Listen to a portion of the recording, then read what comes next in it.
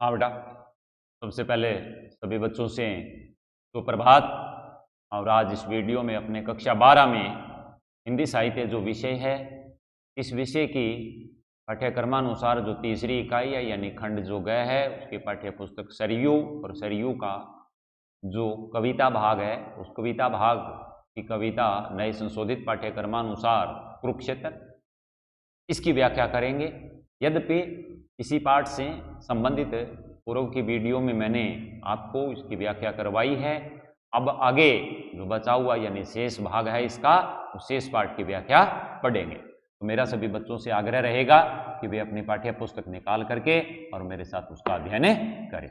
देखिए बेटा आगे, पिया विषम ने विष लाक्षाग्रह जला हुए वनवासी, केस कर्षिता प्रिया सभा सम्मुख कहलाई दासी, क्षमा दया तप त्याग मनोबल सबका लिया सहारा, पर नर व्यागर सुयोधन तुमसे कहो कब कहा, कहां कब हारा गया, कब कहां हारा, पर नर व्यागर नर के रूप में, नर व्यागर, नर व्यागर का अर्थ होता है बेटा शेर, यानी पराक्रमी स्वभाव वाला है, यूं कहें बेटा, पराक्रमी हिंसक स्वभाव वाला है, यूं कहें। नर व्यागर पराक्रमी हिंसक स्वभाव वाला। सुयोधन, दुर्योधन, क्षमा दया तप त्याग, ये इनके शब्द पूर्व में आ गए हैं बेटा। कहलाई दासी, केस कर्षिता, द्रौपदी के लिए है, उनकी सभा के अंदर उसके बाल पकड़ करके, केस पकड़ करके उसको घसीटा गया गया। प्रिया सभा सम्मुख, सभा में, दरबार में, जले हुए वनवासी, वनवासी पिया विषम ने विष लाक्षाग्रह, मतलब लाक्षाग्रह वो लाख का जो घर था की बात कही गई है। तो देखिए बेटा आगे, दुर्योधन से तर्क वितर्क करते हुए विषम पिता कह रहे हैं, पिया विषम ने विष लाक्षाग्रह जला हुए वनवासी, केस कर्षित का प्रिया सभा सम्मुख कहलाई दासी। विषम पिता युधिष्ठिर को कह रहे हैं कि युधिष्ठिर, जो दुर्योधन है उसने कभी भी सदाचार का पालन नहीं किया है, उसने अन्याय और शोषण का ही सहारा लिया है। उसके अन्याय के कारण ही, दुर्योधन के अन्याय के कारण ही, अन्यायी आचरण के कारण ही, यूं कहें अन्यायी आचरण के कारण ही विषम पिता को विष पिलाया गया। विषम ने विषम पिता को विष पिलाया गया, जहर पिलाया गया। और लाक्षाग्रह जला, लाक्षाग्रह लाख के द्वारा बनाया घर जो था वो किस लिए था? तुम सभी पांडवों को जलाने के लिए तो बनाया गया था। हुए वनवासी, तुम्हें 13 वर्ष तक वनवास में रहने को विवश होना पड़ा। केस कर्षिता प्रिया सभा सुमुख, पूरी सभा के सामने तुम्हारी प्रिया यानी जो द्रौपदी थी उसको केस पकड़ करके घसीटा गया। दुर्योधन ने बड़ी सभा के अंदर दुर्योधन के द्वारा ये सारा काम करवाया गया। कहलाई दासी, दुर्योधन ने बड़ी सभा के सामने द्रौपदी को अपनी दासी तक कह दिया। बता रहे हैं कहां कहां अन्याय हुआ है, अत्याचार हुआ है, युधिष्ठिर को समझा रहे हैं। क्षमा दया तप त्याग मनोबल सबका लिया सहारा। तुमने, ये युधिष्ठिर, तुमने दुर्योधन को शांत करने के लिए क्षमा दया तप त्याग मनोबल इन सब का सहारा लिया, पर नर व्यागर सुयोधन तुमसे कहो कब हारा। लेकिन जो पराक्रम हिंसक प्रवृत्ति वाला दुर्योधन था, उस दुर्योधन तुमसे कभी हारा नहीं है। यानी अपनी अन्यायी, अत्याचारी, कुटिल, दुष्ट नीतियां चल करके और तुमसे कभी भी वो हारा नहीं है, पराजित नहीं हुआ है। तुम लोगों को उसने हमेशा दबाए रखा है। इस बात को तुम अच्छी तरह से जानते हो। क्षमाशील हो रिपु समक्ष, तुम हुए विनित जितना ही, दुष्ट कौरवों ने तुमको कायर समझा उतना ही। क्षमाशील हुए रिपु समक्ष। रिपु, रिपु का मतलब होता है बेटा दुश्मन या शत्रु। भीष्म पिता युधिष्ठिर को समझाते हुए कह रहे हैं कि युधिष्ठिर तुम क्षमाशील हो, कि तुम क्षमाशील बन करके अपने दुश्मनों के सामने, शत्रुओं के सामने जितने विनम्र हुए हो, तुम हुए जितने विनित जितना, मतलब विनित का, विनय का मतलब, विनित का मतलब विनम्र, जितना तुम जितने विनम्र हुए हो, दुष्ट कौरवों ने तुमको कायर समझा। मतलब तुमने जितनी विनम्रता प्रदर्शित की है, दुष्ट कौरवों ने तुम्हारे उस व्यवहार को या तुमको क्या समझा है, कायर समझा है, उतना ही कायर समझा है तुमको। अत्याचार सहन करने का कुफल यही होता है।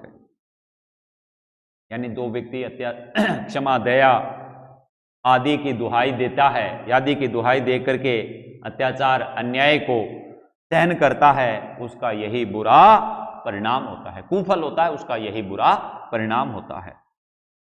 और उसका आतंक मनुज कोमल होकर खोता है। जो व्यक्ति पराक्रम होकर के भी, युधिष्ठिर पराक्रमी था, इसीलिए उसको कह रहे हैं कि जो व्यक्ति पराक्रम होकर भी शत्रुओं के प्रति कोमलता दिखाता है, नरमी दिखाता है, उसके पराक्रम का आतंक का प्रभाव समाप्त हो जाता है। जो व्यक्ति पराक्रमी होकर के शत्रुओं के प्रति कोमलता दिखाता है, नरमी दिखाता है, उसके पराक्रम का जो भय होता है वो समाप्त हो जाता है और उससे कोई भी भयभीत नहीं होता है। कोमल होकर खोता है, यानी कोमलता दिखाता है तो वो अपना पराक्रम है वो खो देता है। क्षमा क्षोभती उस भुजंग को जिसके पास गरल हो, उसको क्या जो दंतहीन, विष रहित, विनित, सरल हो। क्षमा सोती उस भुजंग, भुजंग का मतलब होता है बेटा सांप, जिसके पास गरल, गरल का अर्थ होता है जहर यानी विष, उसको क्या जो दंतहीन यानी जिसके दांत न हो, विष रहित है, विष रहित, जहर रहित, विनीत हो, विनम्र हो, सरल हो। तर्क वितर्क करते हुए, अपने तर्क देते हुए भीष्म पिता युधिष्ठिर से कह रहे हैं कि युधिष्ठिर, क्षमा क्षोभती उस भुजंग को जिसके पास है गरल हो गए। जिस व्यक्ति के पास प्राण घातक, जिस व्यक्ति के पास प्राण घातक क्या हो, जहर हो यानी विष हो, उसी सर्प को, या यूं कहें जिस सर्प के पास प्राण घातक जहर हो, उसी सर्प को क्षमाशील होना शोभा भी देता है, अच्छा लगता है। मतलब जिसके पास विनाशक शक्ति होती है, विनाशक शक्ति होने पर भी क्षमा करते, उसकी क्षमाशीलता की शोभा बढ़ जाती है। क्षमा क्षोभती उस भुजंग को जिसके पास है गरल हो, तात्पर्य कि जिसके पास प्राणों का नाश करने वाले, जिस सांप के पास प्राणों का नाश करने वाला विष हो, उसी सांप को क्षमाशील होना अच्छा भी लगता है। तात्पर्य कि विनाशक शक्ति होने पर भी क्षमा कर दे, उसकी क्षमाशीलता की शोभा बढ़ जाती है। उसको क्या जो दंतहीन, विष रहित, विनित, सरल हो। लेकिन जिसके पास न तो दांत, विष दंत, जहर के दांत, जिसके पास न तो दांत हो, न विष रहित, न जिसके पास क्या हो, विष हो, विनीत हो, जो अपने आप में अत्यंत क्या हो, विनम्र हो, सरल स्वभाव का हो, उसका क्षमाशील होना न होने जैसा ही है। उसका परंतु जिसके पास न तो दंत हो न विष हो, न दंत हो न विष हो, अत्यंत विनम्र और सरल स्वभाव का हो, उसका क्षमाशील होना न होने जैसा ही है। मतलब ऐसे जो कमजोर व्यक्ति होते हैं, ऐसे कमजोर व्यक्तियों की क्षमा किसी काम की नहीं होती, क्योंकि ये एक कमी कह लो, कुछ भी कह लो, ये युधिष्ठिर में विद्यमान थी। उसी के बारे में भीष्म पिता उनको कह रहे हैं, तुम्हारी ये कमजोरी है। 3 दिवस तक पंथ मांगे रघुपति सिंधु किनारे, बैठे पढ़ते रहे छंद अनुन्य के प्यारे प्यारे। अनुन्य प्रार्थना करते रहे, छंद पढ़ते रहे, मंत्र पढ़ते रहे, स्तुति गान करते रहे, श्लोक पढ़ते रहे, छंद पढ़ते रहे। रघुपति भगवान श्री रामचंद्र जी सिंधु किनारे, समुद्र के किनारे 3 दिवस तक पंथ मांगे, मार्ग मांगते रहे समुद्र से। लंका पर जाने से पहले उनको समुद्र पार करना था, इसलिए समुद्र से वो रास्ता मांगते थे। तो उसी संदर्भ में कह रहे हैं कि युधिष्ठिर देखो, श्री रामचंद्र जी 3 दिन तक समुद्र के किनारे बैठ करके, 3 दिवस तक, 3 दिन तक समुद्र के किनारे बैठ करके और लंका जाने के लिए मार्ग है वो मांगते रहे, पंथ मांगे रघुपति सिंधु किनारे, समुद्र की प्रार्थना करते हुए, समुद्र से प्रार्थना करते हुए उसकी स्तुतियां करते रहे, उसकी वंदना करते रहे, यानी उसके किनारे बैठ करके वहां श्लोक पढ़ते रहे, मंत्र पढ़ते रहे। इस प्रकार से उसके किनारे बैठ करके अपनी विनम्रता का वो प्रदर्शन करते रहे, बैठे पढ़ते रहे चंद अनुन्य के प्यारे प्यारे प्यारे, उसकी अनुन्य विनय के जो छंद है वो पढ़ते रहे, श्लोक इस प्रकार से पढ़ते रहे। क्या इस प्रकार से समुद्र ने उनको रास्ता दे दिया? अर्थात नहीं दिया। उत्तर में जब एक नाद भी उठा नहीं सागर से, उठी अधीर ददक पौरुष की आग राम के सर से। सर का मतलब होता है तीर बेटा, राम के अधीर मतलब बेचैन व्याकुल हो गए बेटा। ददक पौरुष ज्वाला, पौरुष की ज्वाला प्रदीप्त हो गई, उठी नहीं सागर से उत्तर में जब एक नाद। आगे कवि कह रहे हैं श्री राम के द्वारा बार बार समुद्र से प्रार्थना की गई श्रीलंका जाने के लिए मार्ग मांगने की, लेकिन उत्तर में, उसके उत्तर में समुद्र की तरफ से एक भी शब्द नहीं उठा, एक भी शब्द नहीं आया। तब श्री रामचंद्र जी ने तुरंत क्या दिखाया? अपना पराक्रम दिखाया। पौरुष सागर से नहीं उठा, सागर से एक शब्द सागर से नहीं आया, अधीर उठो। तभी श्री रामचंद्र जी ने अपना पराक्रम दिखाया और आग की अधीर ददक पौरुष की, आग की ज्वाला से प्रदीप्त, आग की ज्वाला से प्रदीप्त अपना बाण निकाला। आग की ज्वाला से प्रदीप्त यानी आग की ज्वाला निकलने वाला, आग उगलता हुआ, सीधा कहें आग उगलता हुआ भगवान ने, श्री रामचंद्र जी ने जब अपना बाण निकाला,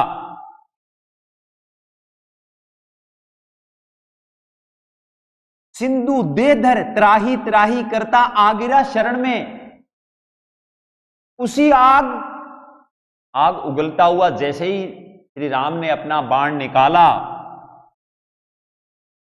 उससे भयभीत होकर जो समुद्र था, समुद्र उससे भयभीत होकर के सिंधु देह, सिंधु सशरीर, सागर जो था वो सशरीर धारण करके त्राही त्राही बचाओ बचाओ या रक्षा करो कहता हुआ आ गिरा शरण में, भगवान श्री रामचंद्र जी के चरणों में आकर के गिर गया, उनकी शरण में आ गया।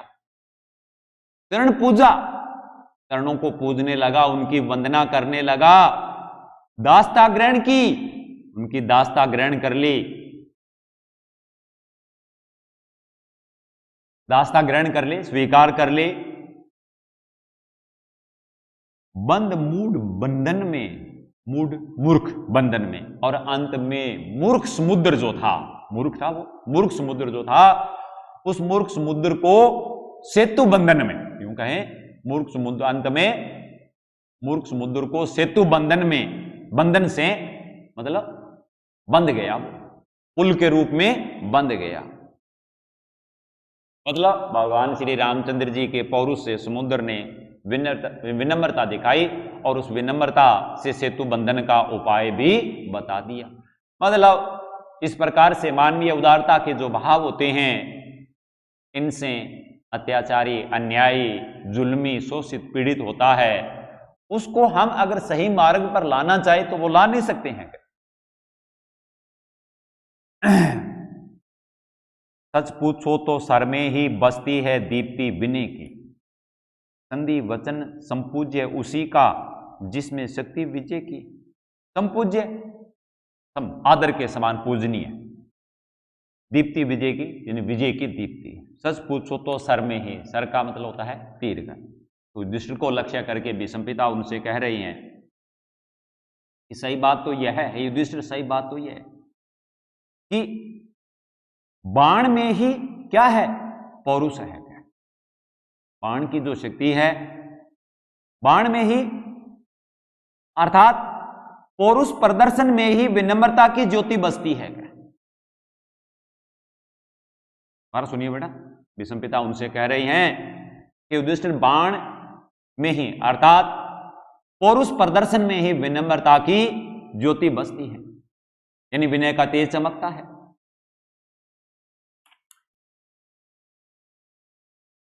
दीप्ति विनय की तात्पर्य दोबारा सुनिए बेटा। भीष्म पिता युधिष्ठिर को समझाते हुए कह रहे हैं, युधिष्ठिर सही बात, सत्य बात तो यह है कि बाण में, अर्थात पौरुष प्रदर्शन में ही विनय की ज्योति बसती है, विनय का तेज चमकता है। संधि वचन संपूज्य उसी का जिसमें शक्ति विजय की। आगे कह रहे हैं, हे युधिष्ठिर संधि की बातें, संधि की बातों को वही आदर योग्य स्वीकार्य माना जाता है। संधि की बातों को वही आदर योग्य या स्वीकार्य माना जाता है जिसमें क्या होती है, विजय प्राप्त करने की शक्ति होती है। हे युधिष्ठिर संधि की बातों को वही आदर योग्य स्वीकार किया जाता है जहां विजय प्राप्त करने की क्या होती है, शक्ति होती है। सहनशीलता, क्षमा, दया को तब भी पूजता जग है, बल का दर्प चमकता उसी का पीछे जब जगमग है। दर्प बल का, शक्ति का, अभिमान, गर्व जो है, बल का दर्प चमकता तभी पूजता जग है, सहनशील, क्षमा योग्य, दया। तो आगे भीष्म पिता युधिष्ठिर से कह रहे हैं, युधिष्ठिर सहनशीलता, क्षमा, दया आदि इन भावों को, इन गुणों को संसार तभी पूजता है या तभी मानता है जब उस व्यक्ति के पीछे, जिस व्यक्ति के अंदर क्षमा, दया, सहनशीलता आदि जो गुण होते हैं, इन गुणों को संसार तभी पूजता है जब उस व्यक्ति के पीछे शक्ति के अभिमान का जो प्रकाश है वो दीप्तिमान होकर के जगमगाता रहता है। हे युधिष्ठिर क्षमाशीलता, सहनशीलता, क्षमा, दया आदि जो मानवीय गुण हैं, इन गुणों को संसार तभी पूजता है जब उस व्यक्ति के पीछे शक्ति के अभिमान का जो प्रकाश है वो दीप्तिमान होकर के और जगमगाता रहता है।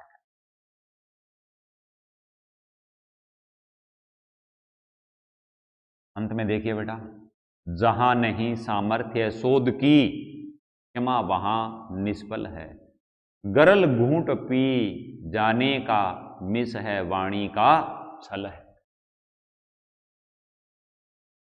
रचनाकार आगे देखिए, शब्द देखिए बेटा, वाणी का छल है, वाणी का धोखा, छल का मतलब धोखा होता है। गरल घूंट, जहर, कड़वी घूंट, जहर की घूंट, क्षमा वहां निष्फल है, यानी फल रहित निष्फल है। जहां नहीं सामर्थ्य शोध का, शोध से अर्थ है मतलब प्रतिशोध कहेंगे बेटा, उनके लिए क्या कहेंगे? प्रतिशोध। तो आगे भीष्म पिता युधिष्ठिर से अंत में कह रहे हैं, हे युधिष्ठिर, जहां नहीं सामर्थ्य, जिस व्यक्ति में अपने दुश्मन से प्रतिशोध लेने का सामर्थ्य नहीं है, क्षमता नहीं है, शक्ति नहीं है, जिस व्यक्ति में अपने शत्रु से, अपने दुश्मन से प्रतिशोध यानी बदला लेने का सामर्थ्य नहीं है, क्षमता नहीं है, क्षमा वहां निष्फल है, उसके द्वारा क्षमाशीलता का प्रदर्शन करना व्यर्थ है। जिस व्यक्ति में अपने शत्रु से प्रतिशोध लेने का सामर्थ्य नहीं है, क्षमता नहीं है, शक्ति नहीं है, उसके द्वारा क्षमाशीलता का प्रदर्शन करना निष्फल है, व्यर्थ है, किसी काम का नहीं है। गरल घूंट पी जाने का मिस है, वाणी का छल है। उसका क्षमाशील होना, उसका क्षमाशील होना तो जहर के घूंट के बहाने, उसका क्षमाशील होना तो जहर का घूंट पीने के बहाने केवल वाणी का क्या है? धोखा है।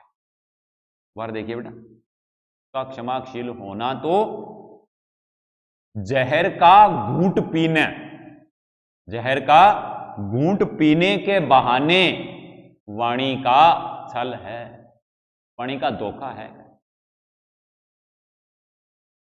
मतलब अपनी आपको, अपनी कमजोरी को छिपाने का उसका एक क्या है? बहाना मात्र है और कुछ नहीं। तो यह है बेटा इस पाठ की व्याख्या, जो मैंने आपको कुरुक्षेत्र जो कविता है इसकी पूरी करवा दी है। और अधिकतर बेटा देखिए छंदों का कोई बंधन नहीं रहा है, यहां मुक्त छंद का ही प्रयोग हुआ है। इसके अलावा जो अलंकार है, उपमा है, रूपक है, पुनरुक्ति है, ज्यादातर इन्हीं अलंकारों का यहां वर्णन हुआ है। शैली है वो वर्णात्मक के साथ साथ संबोधात्मक और ज्ञानवर्धक रही है, शिक्षाप्रद रही है। भाषा की अगर बात करें तो भाषा भी कोई कठिन नहीं है, तत्सम तद्भव सरल सहज रही है, खड़ी बोली का प्रयोग किया गया है बेटा। इस प्रकार से आप इसकी व्याख्या, इसका काव्य सौंदर्य कर सकते हो। और प्रश्न जो है व्याख्या के बाद में, मुझे नहीं लगता है कि बेटा व्याख्या अगर आपके समझ में आ गई है तो इस पाठ से, कविता पाठ से जुड़े हुए जो प्रश्न हैं उनको करना आपके लिए कोई मुश्किल हो, कठिन काम हो। क्योंकि अगर व्याख्या को आप समझ गए हो, व्याख्या का सार समझ गए हो, कवि का जो उद्देश्य है वो यदि आप समझ गए हो तो प्रश्नों को करने में कोई परेशानी नहीं हो सकती। प्रश्न आप अपने आप कर सकते हो। तो इस वीडियो में इतना ही, और अब जो अगली वीडियो आएगी उसमें अपने अगले जो काव्य पाठ है उस पर चर्चा करेंगे। तब तक के लिए धन्यवाद।